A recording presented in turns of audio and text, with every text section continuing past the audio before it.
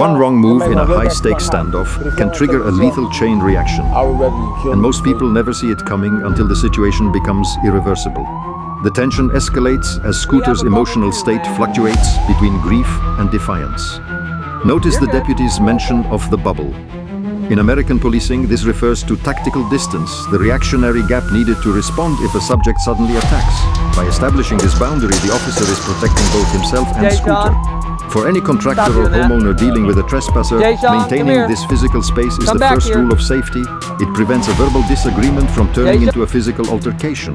Scooter's grief over his brother's death in Chicago is palpable, but his actions are becoming increasingly destructive.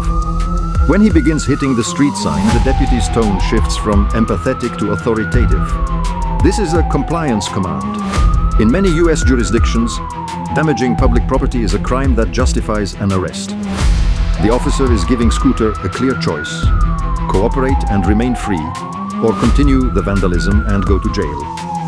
This clear communication is a hallmark of professional de-escalation, designed to give the subject one last chance to regain self-control. Notice the subject's physical vulnerability. He is shirtless and clearly unarmed. In a high-stress encounter, an officer looks for hands and waistline. Since Scooter's hands are visible and his waistline is clear, the deputy can afford to use more verbal patience.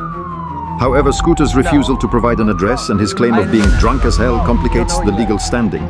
In American law, a person who is a danger to themselves or others due to intoxication can be taken into protective custody.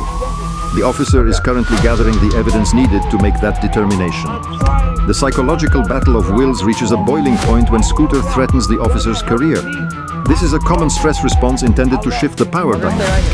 The deputy remains unfazed, continuing to focus on the objective, confirming the subject's identity and safety. This emotional detachment is a vital skill. Whether you are a property manager or an inspector, staying focused on the facts rather than the insults is what prevents a situation from spiraling. The deputy is waiting for the right moment to secure Scooter without a fight. As Scooter continues to circle and shout, the open loop of the encounter widens. He claims to be going to his house right now but cannot provide the location. This inconsistency is a major red flag for cognitive impairment. The officer knows that letting an intoxicated, emotionally unstable person wander into a residential neighborhood at night is a liability for every homeowner on the block. The decision to use handcuffs is looming, but the deputy is holding out for a peaceful resolution. The finale of this confrontation will depend on which man breaks first.